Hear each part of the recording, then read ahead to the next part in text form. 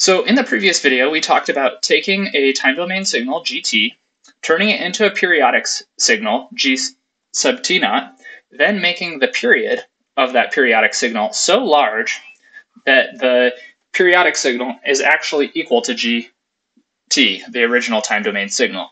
And we also found that this would hold true if we wrote our original signal or our periodic signal using an exponential Fourier series representation. So now let's look at the difference between time domain and frequency domain. And in this case, we can think about the coefficients and the integral being related by this relationship, which is 1 over the period is equal to the frequency. So if we have our coefficients, d sub n, that we're finding from our periodic signal, we can find them using this integral. And if this is the periodic signal, gt, where we have this kind of spiky peak repeating in time, we could find the coefficient for that by taking the integral from minus t sub naught half to t sub naught half many different times where we change n each time. And remember, n can be equal to 0, plus or minus 1, plus or minus 2, etc. And if we were to do that, then we would arrive at a frequency domain plot where we have these d sub n coefficients that we could place in frequency, where each different n would be related to a different point in frequency. So when n is equal to 0, we would be at the center. When n is plus or minus 1, we would go out further, etc. And we can see that each one of these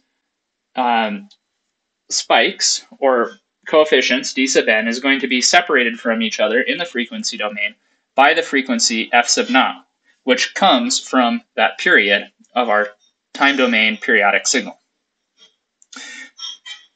Now, each one of these peaks is separated by t naught, and what happens if we continue to increase the distance between the two?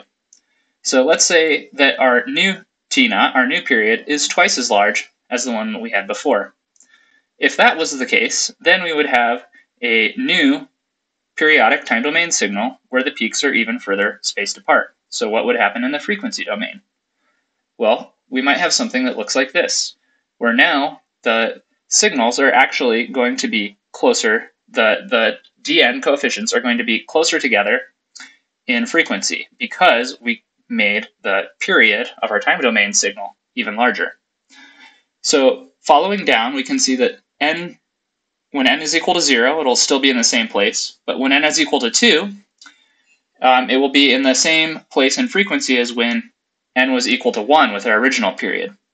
And then where our original period had n equal to 2 in frequency, we'll have n equal to 4. And in between those two, we'll have n is equal to 1 and the coefficient when n is equal to 3. In addition, we can see that the height of the coefficients, dn, is also going to change. So originally, we had some height that was given like this, but when we double the period in the time domain, the height in the frequency domain, the amplitude in the frequency domain, is going to be half of what it was before. So as the period of our periodic signal approached infinity, we were able to replace the limits so that we could find the coefficient dn by by taking an integral from minus infinity to infinity of our original time domain signal. And we can also recall from that we have a Fourier Transform definition where gf, capital GF, was given as an integral from minus infinity to infinity of our time domain signal multiplied by e sub minus j 2 pi ft dt. And so from this, we can see that if we could actually redefine the coefficient dn by noting that f is just equal to n times f naught, where f naught is related to the period of our periodic signal, which is 1 over the period is equal to f naught. So we could rewrite the coefficients using the frequency spectra, capital G sub n f naught.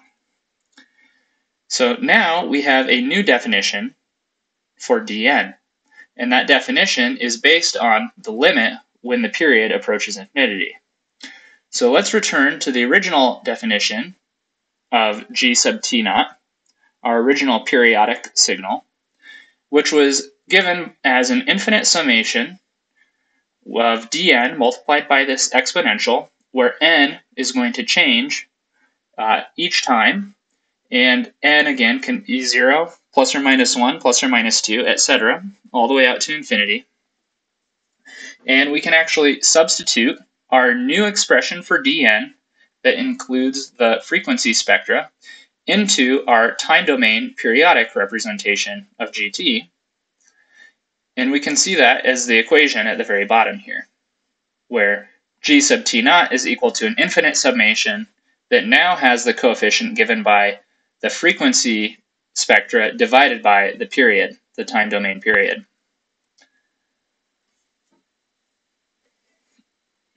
So in our new definition, remember that we have a new definition now that uses the frequency spectra, and the period, 1 over the period, is equal to the frequency, f naught, and as the period gets larger and larger and approaches infinity, we can see that that frequency is actually going to approach 0, right? Just based on that equation that we see on the left. So that must mean that as we get smaller, as the frequency gets smaller and smaller, we could start to consider it to be something so small that instead of f naught, we'll just call it delta f. So it's getting very small as the period and the time gets larger and larger. The frequency difference is getting smaller and smaller to the point that we're going to call it delta f. So we can say that 1 over the period is equal to delta f naught when we reach this limit.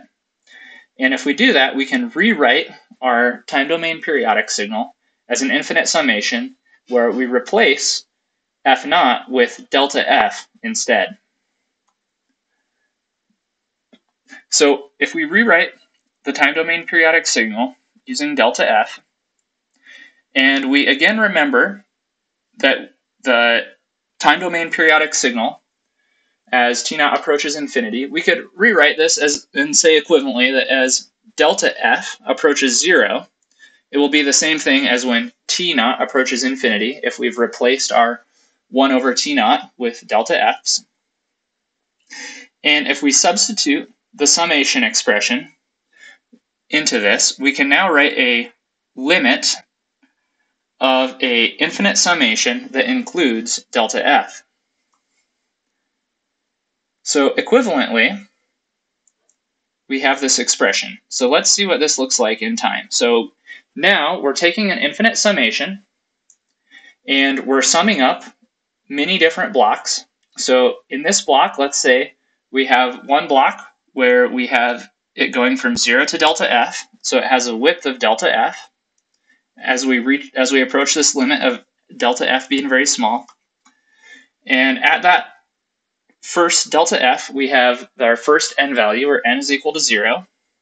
And then at the second one, we have another delta f width, where the delta f goes from delta f to 2 delta f, with another height that could be determined based on the n value. And this would keep going on and on, with each different width being given by some delta f that's getting smaller and smaller as the time domain period gets larger, and the height being given by the evaluation of the g sub g of n delta f multiplied by an exponent, until we finally reach some case where we have a general case that we could look at where we're at any value of n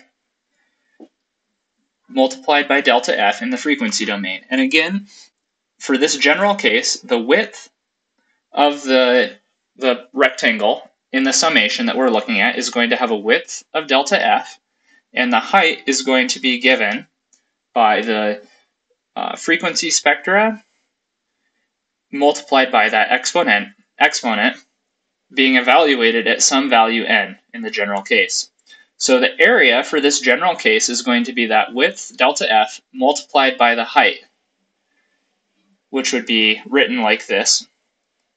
And we can see that if delta f continues to become smaller and smaller, eventually this is going to be essentially the same as performing an integral, right? So if each one of those delta f gets smaller and smaller, eventually it would be like just integrating a function that might look something like this. And if we did that, then we can see, well, wow, if we were to do that, integrate over this from minus infinity to infinity of any g sub f as that gets smaller and smaller being multiplied by the exponent taken with the integrand df, then that's actually going to be equal to gt, the original time domain signal that we were interested in.